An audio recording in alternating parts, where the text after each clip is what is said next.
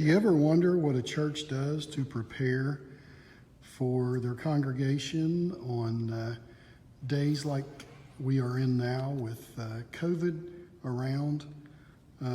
If you look at our pews, we have just sterilized, we have just waxed and sanitized all of the seats and all of the pews and everything in our church.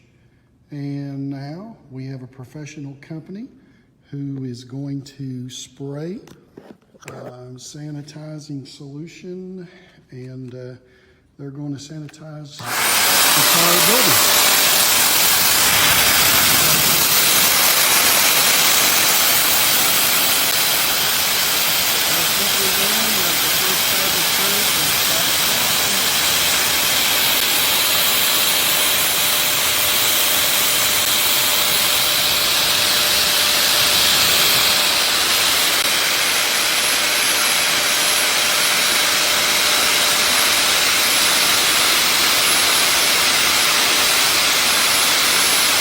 And we would love to have you on Sunday morning at 11 o'clock to worship with us in a safe environment.